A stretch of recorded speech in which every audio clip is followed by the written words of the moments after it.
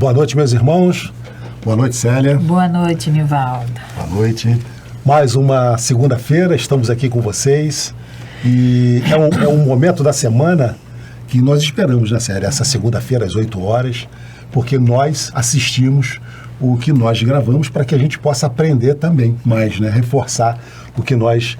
E verificarmos, que muitas das vezes a gente vê determinadas coisas que nós falamos como é impressionante, sabe, Célia? Porque eu não sei se você tem essa impressão quando você assiste, parece que aqui, na hora da gravação, parece não, com certeza, nós temos assim uma iluminação extra. É verdade, como sempre. Né? Porque nós, ao lermos as perguntas e as respostas para vocês, nós, evidentemente, fazemos aqui os comentários, né?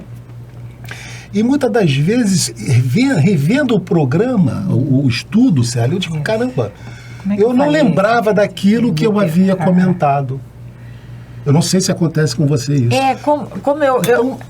Como eu falei, na maioria das vezes, a gente sabe que nada que nós fazemos é 100% nosso. A gente sabe disso. É verdade. E aí eu desculpo, caramba, mas da onde que eu fui tirar isso? Porque a gente sabe, como você já falou na semana passada, esse estudo surgiu em 2020 por uma necessidade da pandemia, né? Nós ficamos isolados e a nossa casa, o nosso dirigente, que já havia tido uma intuição e construído esse estúdio, que na verdade não se sabia muito bem, mas ele... Para quê? Mas ele já tinha tido esse insight, construiu um estúdio e que, na verdade, meses depois aconteceu a pandemia e ele se tornou o objetivo principal do MAP. Que daqui nós passamos a transmitir para o mundo, a evangelizar, né? O Livro dos Espíritos, estudos de todo o material espírita, que o MAP possui, todos os estudos, as falas e tudo mais. Então, Célia, esse programa, esse estudo, já estava programado. Já estava programado. No plano espiritual. Nós simplesmente nos encaixamos. As intuições vieram, nós nos juntamos e já tínhamos sido preparados antes, porque já fazíamos há alguns anos, há uns 10 anos. Há uns 10 anos nós fazíamos o estudo do Livro dos Espíritos presencial, mas não sabíamos que um dia nós faríamos isso através de uma câmera que seria... Com essa abrangência, né? Essa abrangência. Né, que a gente sabe que hoje esse estudo abrange muita gente e que fica lá registrado e vai ficar registrado, né, para que há de eterno.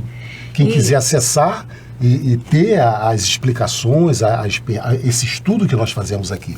E é com esse estudo que nós dois fazemos presencial e vocês... através das mídias, né? Nós temos ele presencial na nossa sede. Sim. E é muito gratificante, mas é muito gratificante mesmo perceber que nós começamos com 2, 3 e hoje o grupo vai crescendo. É muito bom. Porque a pandemia já acabou. Já acabou, as pessoas... Então, os estudos presenciais no MAP voltaram. Então, nós temos estudo do Livro dos Espíritos, na segunda-feira. Isso. É isso, Célia? Qual é o horário? Às 17h45. Presencial, às 17h45, toda segunda-feira. Aqui nós temos às 8 horas da noite, né? Mas o presencial é mais cedo, às segundas-feiras. Tem estudo do Evangelho, às terças-feiras, às quartas-feiras. Terça-feira às 17 horas, quarta-feira às 14 horas. Então, e outros estudos também. A casa possui aqueles que tiverem interessado, que vá lá no mural, fica fixado os horários, os dias, né? Venham estudar conosco. O estudo da doutrina espírita é fundamental. O espírita, o verdadeiro espírita, aquele que se esforça para ser espírita, ele precisa estudar. Precisa estudar. Não adianta só dizer eu sou espírita. é preciso estudar. E uma outra fala também muito comum dos nossos irmãos, o Livro dos Espíritos eu já estudei. O Evangelho eu já estudei. Também já li. Eu já li o Livro dos Espíritos, eu já li o Evangelho. Nós não falamos em leitura, falamos em estudo, né, Célia? Porque isso aqui, ele tem início. Até no programa passado, algum programa aí, 5 de 2020. Falamos Ele tem início, mas ele não tem mais fim. Isso aqui é estudado, e cada vez que a gente retorna ao início, a gente percebe que vai tendo outros entendimentos que até então não tínhamos tido. E outro detalhe, Célia, nós vamos,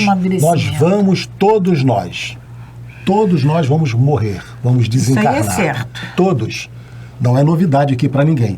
Eu acho que inclusive, a única coisa certa em nossas vidas. Mas que a gente muitas das vezes teme em comentar e falar. Mas é preciso que a gente, num determinado momento, a gente reflita sobre isso e entenda que nós vamos retornar à pátria espiritual. E sabe o que nós vamos ter que estudar lá?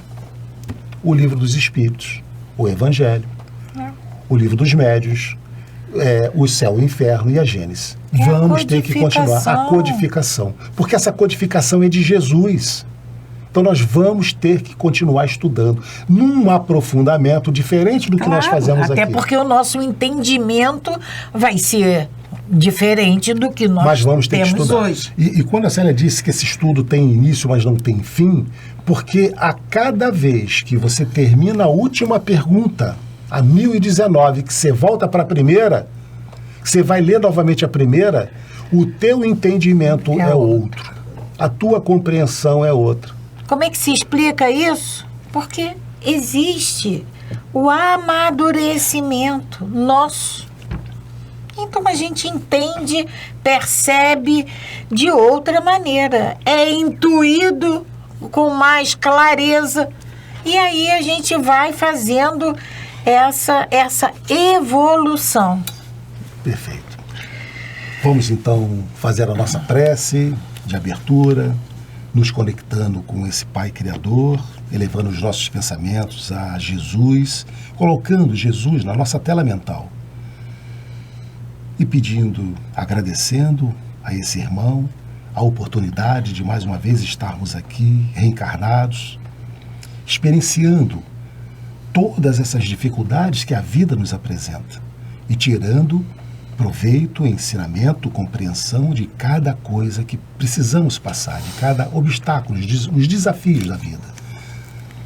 Que Jesus esteja sempre nos protegendo, nos intuindo através desses amigos espirituais e nos apresentando a verdadeira vida, que nós possamos ter esse olhar doce para a nossa vida, para a vida dos nossos irmãos de caminhada.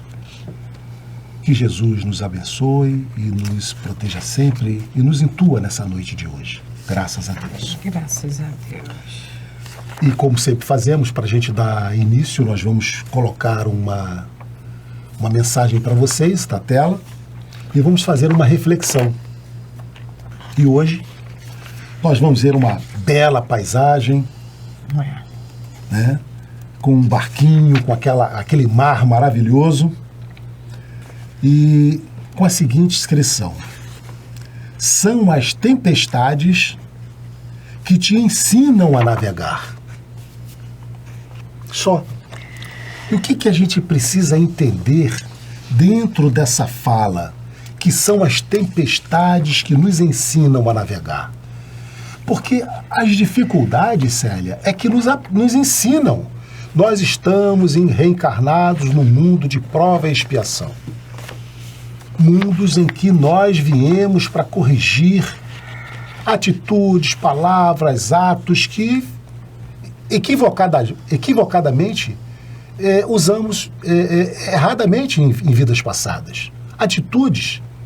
Então, é aqui que a gente precisa vivenciar, dentro das dificuldades que nós vamos conseguir extrair o nosso melhor, o entendimento. Porque se nós formos ter, e falamos sobre a vida de contemplação, se nós quisermos viver numa vida de contemplação, nós não vamos evoluir, nós não vamos crescer. Nós crescemos, nós evoluímos quando enfrentamos as dificuldades, partimos para a vida, enfrentamos todas elas, seja de que ordem for, física, material, financeira, emocional, familiar, todas essas dificuldades que nós passamos, que vocês passam, são elas que vão fazer com que a gente evolua.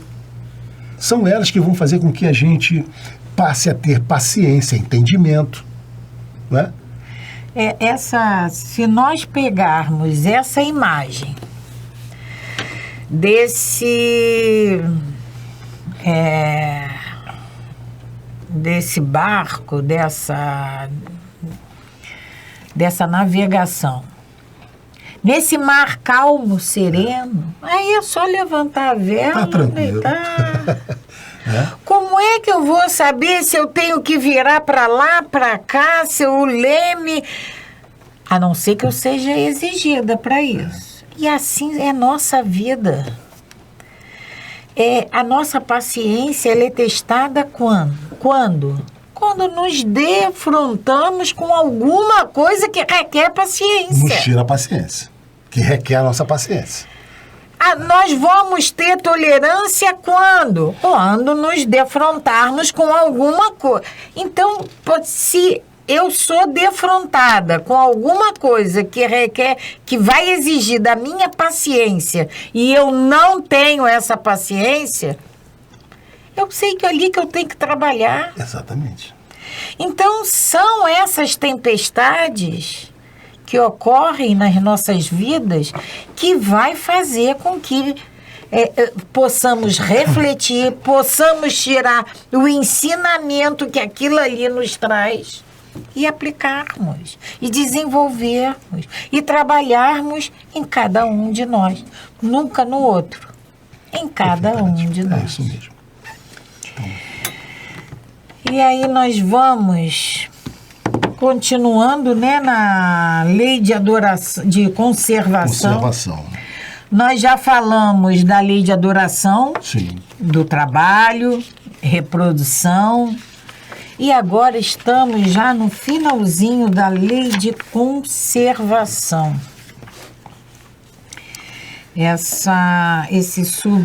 Agora nós estamos no subitem de privações voluntárias e mortificações. Nós estamos na questão 721 e esse subtítulo, subtítulo final, vai até a questão 727, nós estamos na 721. E depois vamos começar uma outra lei, a lei de destruição. Destruição é uma lei. É uma lei divina. Não essa que nós fazemos. Não essa que a gente imagina. Mas a destruição faz parte do grupo de leis divinas. Nós vamos estudá-la. E aí, a 721, nós estamos falando de privações voluntárias e mortificações. A 721, Kardec pergunta: é meritória, de qualquer ponto de vista, a vida de mortificações ascéticas, que desde a mais remota antiguidade teve praticantes no seio de diversos povos? A gente sabe que essas mortificações é aquele autoflagelo que a gente se impõe. Voluntário.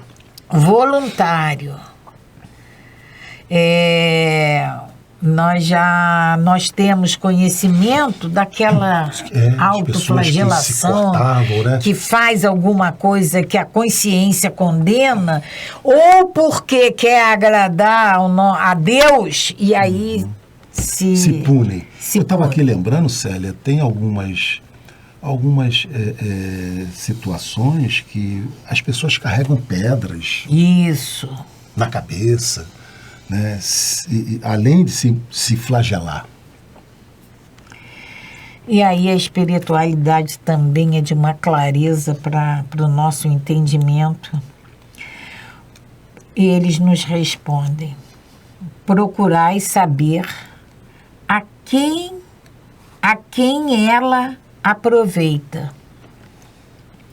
Procurai saber a quem ela aproveita e tereis a resposta. Olha, meu livro diz assim, Célia: perguntai a quem ela serve.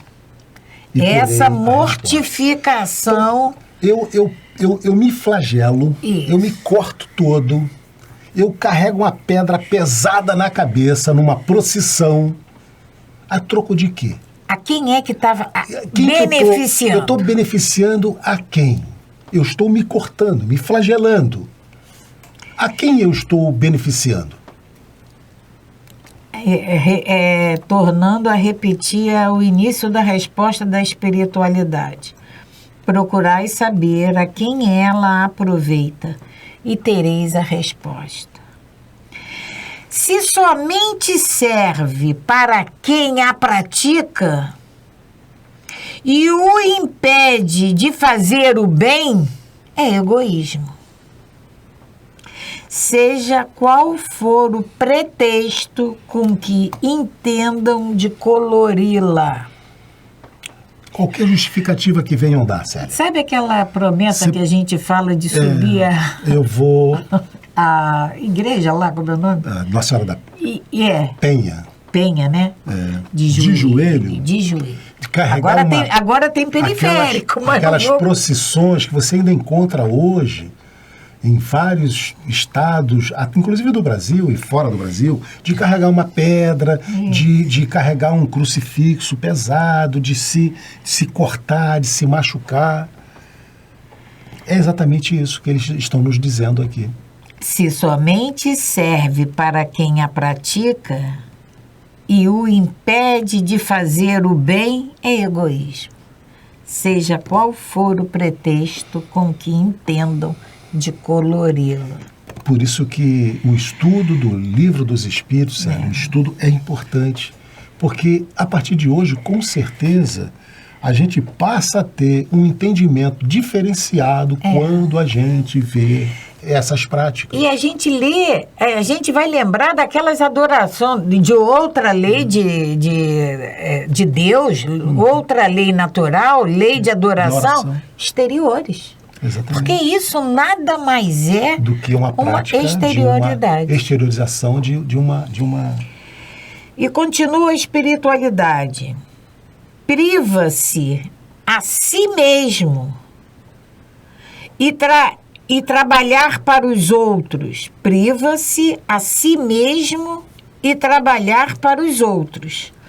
Tal a verdadeira mortificação segundo a caridade cristã. Eu lembro aqui do filme de Irmã Dulce. Sim. Quantas vezes Irmã Dulce ficou sem comer para que o irmão pudesse... Não foi só para jejuar. A geladeira estava cheia, mas eu vou jejuar. Né? Ela se privou efetivamente para ajudar o outro. A carência já era grande, mas ainda assim, mesmo com toda a necessidade, ela se priva daquele alimento para que o irmão pudesse se alimentar. Aí ela está fazendo um bem para o outro. Não, sabe?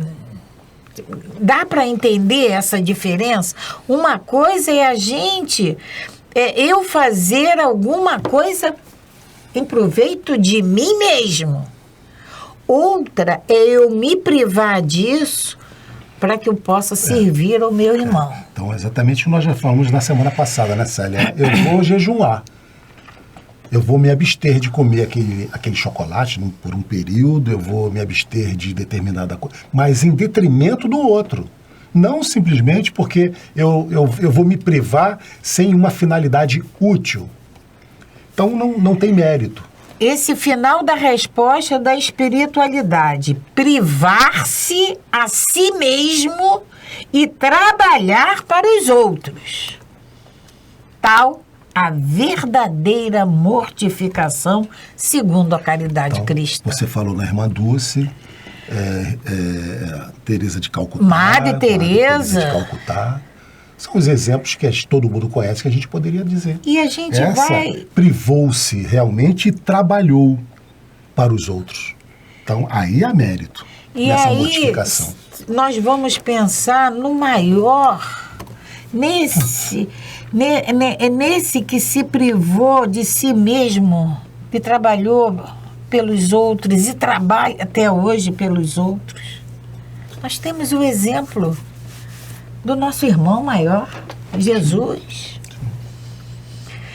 Ele se permitiu levar por todo aquele calvário, né, que para nós é sofrimento, mas com certeza... Foi ensinamento. Foi, se é que ele precisa, né? Não, ensinamento para nós. Para nós. Ensinamento não para ele, para nós. Né? Então, nós precisamos entender isso, privar-nos de nós mesmos e trabalharmos pelo nosso irmão. Bom, outra coisa que a gente vai... São muitos conceitos antigos, né?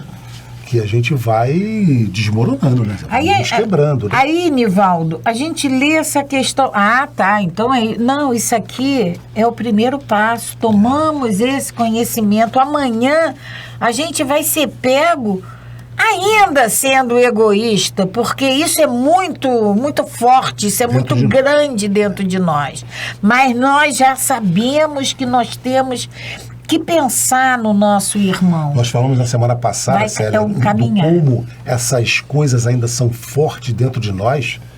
Você falou sobre aquele nosso impulso que até hoje muitos de nós carregamos, de dizer assim, eu não levo desaforo para casa.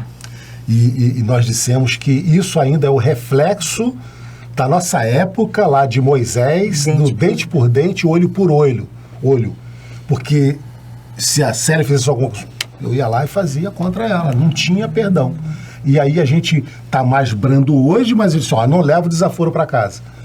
E a gente um dia vai entender que, como aquela borboleta da semana passada que você disse, que ela vai ficar triste em ter que responder, ter falado alto. Porque tomar conhecimento dessa mensagem que a espiritualidade nos diz, nos traz... privar-nos a nós mesmos e trabalhar pelos nossos irmãos, hoje isso nos chega, amanhã nós não vamos fazer isso, mas nós já sabemos que temos. É um passo, porque nenhum de nós vamos conseguir resgatarmos todas os nossos débitos nessa encarnação. Na próxima vez que nós formos fazer jejum, isso, a gente vai pegar aquele café da manhã que a gente deixou e vamos levar para uma pessoa carente. Né? Aquele chocolate que a gente não vai comer, porque nós vamos nos abster durante o período, vamos levar para uma criança necessitada de um orfanato. A gente pode até não levar, mas já sabe que deveria. Deveria. E aí já é, Aí será meritório. Nós já vamos hoje, Célia, entender de uma forma diferente aquelas procissões em que a gente vai ver aquelas pessoas carregando uma pedra na cabeça, ou se mortificando, né? Ou se ajoelhando no milho. Nós vamos começar a pensar, a entender diferente isso. Começar a perceber que não é isso que Deus quer de nós. Não é. 722. Allan Kardec pergunta aos espíritos: a abstenção de certos alimentos prescrita em diversos povos está fundamentada na razão? Vamos aqui lembrar que a carne suína, de porco, por exemplo, não é consumida pelos judeus. Até hoje. Até hoje, porque é uma carne considerada impura. Impura. E nós temos outras restrições em outras partes do mundo. E os espíritos vão nos responder.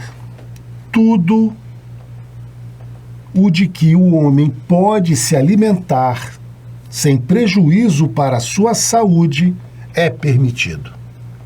Tudo é permitido. Sem prejuízo para a sua saúde. Se nós tivermos que nos alimentar de algo que vá nos prejudicar, não. Mas se não fizer mal para nós, tudo é permitido. Dentro de uma ética, né? Claro. Porém, com um fim útil. Alguns legisladores resolveram proibir certos alimentos. E para dar mais crédito às suas leis, apresentaram-nas como emanadas de Deus. É o caso da carne suína, por exemplo, que os judeus não consomem, né? E isso vem lá de prescrições que datam de antiguidade, né? Que seriam leis divinas. Apresentar essas leis como emanadas de Deus, Moisés lá atrás apresentou. Porque senão o povo não ia... Moisés recebeu, né, Célia, numa mensagem direta, em voz direta, os 10 mandamentos. Os 10 mandamentos. Isso aí é divino. Isso é divino. Mas Moisés, como era o responsável por aquele povo, e vendo a necessidade, o que ele faz? Ele cria mais outras 600 e tantas leis que são consideradas leis civis, que são leis complementares. Para quê? Para conter aquele povo daquela época. E, evidentemente, para que a lei tivesse força, ele também disse que era lei divina. E aí? Era lei de Deus. Então, dentre elas, a gente sabe, né, a lei do dente por dente, olho por olho, que foi um avanço. A lei que proibia a comunicação com os espíritos, é daquela época, de Moisés, né, porque havia comunicação com os espíritos. Por isso é que Moisés cria uma lei proibindo. Né? Porque não se proíbe uma coisa que não existe. Que não existe. Né? E por que Moisés proíbe e hoje a gente se comunica com os nossos irmãos desencarnados? Por causa do abuso. Lá naquela época era preciso essa proibição. Hoje a gente sabe que estudando não há mais necessidade dessa proibição.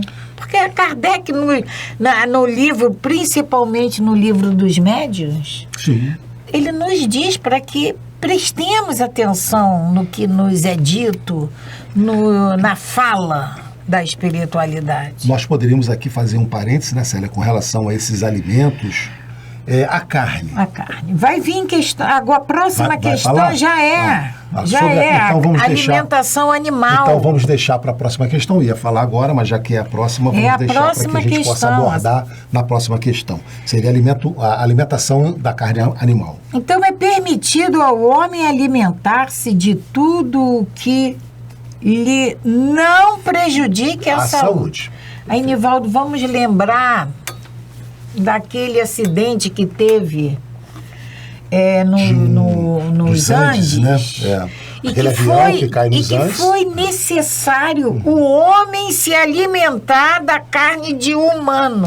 Mas morta. Morta. Não matou para comer. Morta. Então, a gente vai empregar a lei de conservação, que é uma lei de Deus, necessitava de comer proteína para que não tinha. Manter esse corpo. Ou gelo, ou... Né? Não se tinha. E aí já estava morta. A espiritualidade nos diz, permitido é ao homem alimentar-se de tudo que não lhe prejudique a saúde. E aí na questão 723...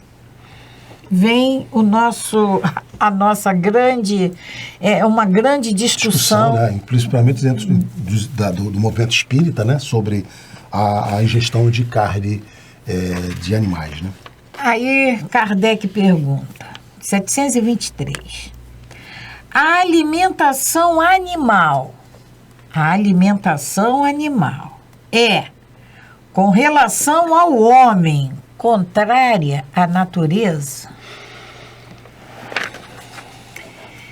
E eles nos respondem. A espiritualidade nos esclarece.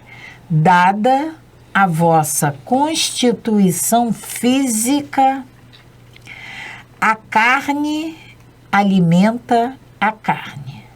Dada a vossa constituição física, a carne alimenta a carne. Do contrário, o homem se debilita. Como é que está o seu? Deperece. Deperece. Debilita.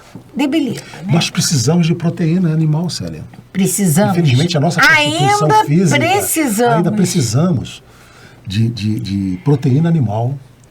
E continua a espiritualidade. A lei de conservação lhe prescreve como um dever que mantenha suas forças e sua saúde para cumprir a lei do trabalho. É uma lei vinculada à outra. Célia, eu preciso de uma lei. Todas as leis estão presas, amarradas uma à outra, com certeza. Eu preciso da lei de conservação para que eu possa cumprir a lei do trabalho. A lei do trabalho. Para cumprir a lei do trabalho. E se a minha constituição física hoje necessita dessa proteína animal, eu tenho que ingerir essa proteína animal. E continua a espiritualidade. O homem, tem que se alimentar conforme reclame a sua organização. Exige a sua organização. Como é? Lê a tua resposta tá aqui, toda, Evaldo. A vossa constituição física, a carne alimenta a carne. Do contrário, o homem deperece. A lei de conservação impõe ao homem o dever de manter suas forças e sua saúde para cumprir a lei do trabalho. Ele deve, portanto, alimentar-se conforme o exige a sua organização.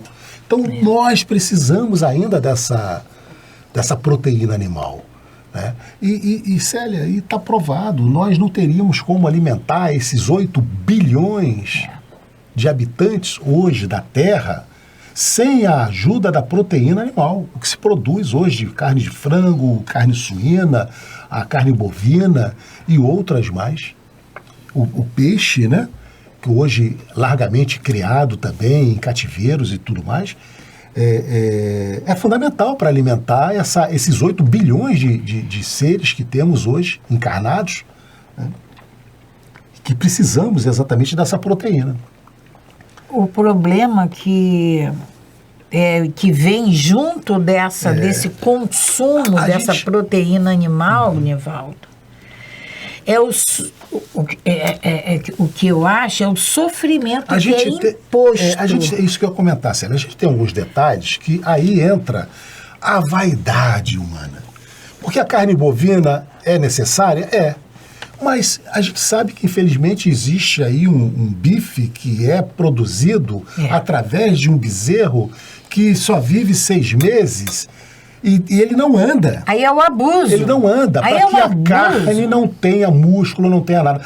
Aí é um exagero. É a satisfação dos nossos Exatamente. Não é alimentação para você cumprir a lei do trabalho. Extrapolou. Extrapolou.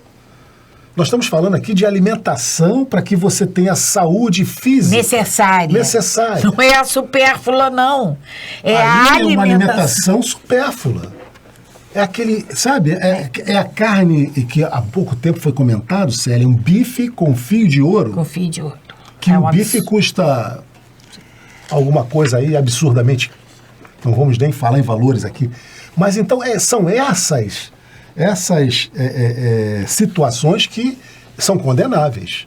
Mas a alimentação animal nós ainda necessitamos. Para a nossa manutenção física, para que nós possamos cumprir a lei do trabalho, essa é permitida e legal.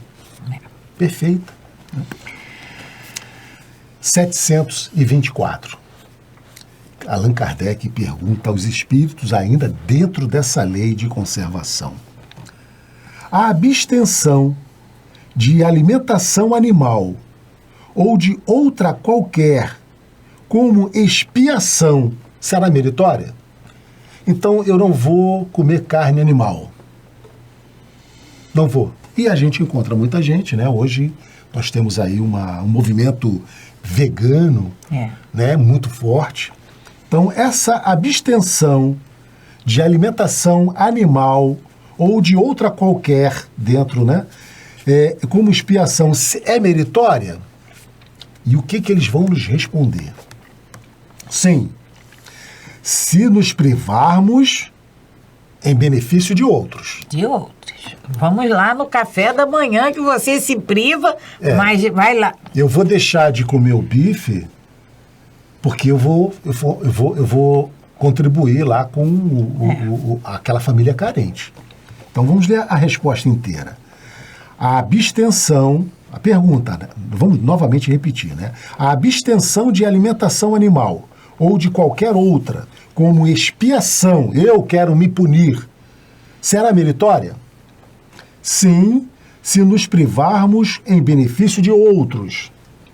Deus, porém, não pode ver uma mortificação quando não há uma privação séria e útil. Séria e útil. É por isso que dizemos que só aqueles que aparentemente se privam são hipócritas.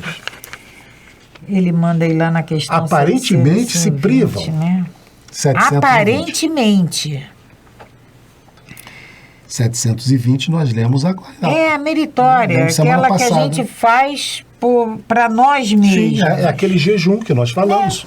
Se nós fizermos um jejum, mas eu deixar de tomar o meu café da manhã e fornecer esse alimento que eu estou deixando de comer para alguém que esteja necessitado, é meritório. Mas se a minha geladeira está cheia, eu não forneço nada para ninguém, simplesmente quero me punir, né, para que eu fique bem aos olhos de Deus, não tem mérito nenhum. Não tem mérito nenhum. É como sempre... Não vamos enganar Deus. É como a espiritualidade nos diz e a doutrina nos alerta sempre. A espiritualidade nos alerta sempre. É preciso que exista um objetivo sério e útil. E ele repetiu aqui na série, uma privação séria e útil. Então, simplesmente dizer que para ficar na moda... Na moda, né, que a moda é ser vegano, e quando a gente sabe que o corpo humano precisa de proteína animal, então a gente precisa rever esses nossos conceitos. Se realmente, no meu íntimo, que a gente tem gente que não come, não tem necessidade nenhuma mesmo, não come a carne de animais, ótimo, sem problema nenhum. Só se alimenta de peixe, né? Tem alguns que nem peixe. Mas que seja realmente genuíno, né? Que não seja só para modismo, né? E de uma forma, como eles dizem aqui, vou repetir, hipócrita. Porque tem nós temos muitos irmãos, nós temos muitas crianças que não comem carne. Eu não gosto, não quero, sabe? Não desce bem. Então, em se tratando de uma criança, isso não tem modismo. Nós temos que respeitar? Temos que respeitar. Procurar suprir aquela proteína, suprir aquela proteína, porque ela é necessária para a conservação da força e da saúde. E nós temos, Célia, uma outra quantidade muito grande de gente que não come porque não tem. E que não come porque não tem. Né? Então nós nós quisermos fazer realmente alguma coisa séria e útil, eu não vou comer, mas eu vou... Eu quero, mas não posso. Aquele orfanato, né? aquelas crianças que não podem, eu vou lá ajudar. A 725 ainda nessa lei de conservação de privações voluntárias e mortificações. A 725. Que se deve pensar das mutilações operadas no corpo do homem ou dos animais? Como é que está a sua? Que se deve pensar das mutilações operadas no corpo do homem ou dos animais. E a espiritualidade nos responde: a que propósito semelhante questão? Por que está perguntando? Eles perguntam a Kardec, por que está perguntando isso? Ainda uma vez, inquiri sempre vós mesmos se é útil aquilo de que porventura se trate. A Deus não pode agradar o que seja inútil ou que for nocivo, lhe será sempre desagradável.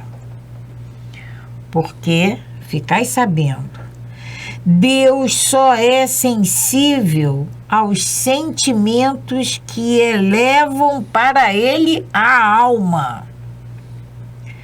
Obedecendo-lhe a lei e não a violando, é que podereis forrar-vos ao jugo da vossa matéria terrestre.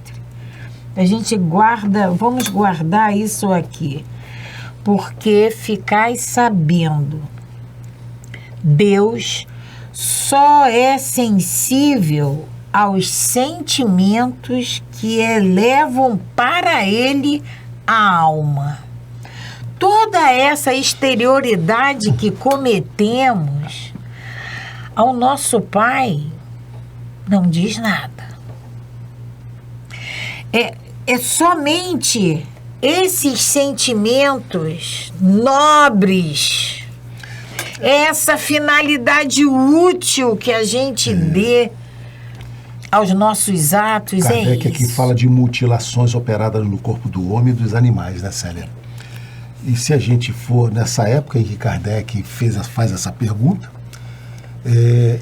a que ele estava se referindo? Que mutilações eram essas, né? A gente tem notícias das mutilações humanas, dos eunucos. Não eram? Eram aqueles homens, aqueles escravos que forneciam aos faraós, serviam aos faraós, que tinham lá seus haréns, várias mulheres, mas que eles eram mutilados para que não exercesse essa função como homem. Havia essa mutilação. E mutilação dos animais também.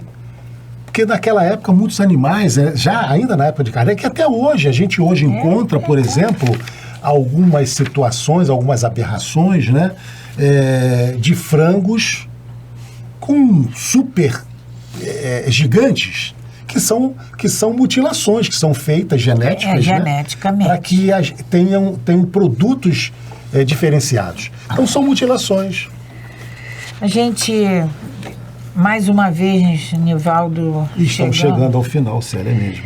A gente até pode voltar novamente, né, a essa questão 725, para que a gente fale mais um pouco sobre essas mutilações, mas nós precisamos encerrar agradecendo, Pai, por mais esses momentos de estudo, agradecendo, Mestre Jesus, por todo esse carinho, a vocês, amigos espirituais, pela proteção, por estarem aqui presentes junto a cada um de nós, nos intuindo, nos ajudando nesses entendimentos. E te pedimos, Mestre, que possamos ser alimentados para persistirmos, para prosseguirmos nessa procura desses ensinamentos que precisamos ter em nossas vidas, precisamos empregá-los no nosso dia a dia. Alimente-nos, Mestre, ilumine o nosso caminho, nos ajude nessa caminhada dura, longa, mas necessária. Que assim seja. Graças a Deus. Graças a Deus. Paz e bem, paz e luz. Paz, muita paz.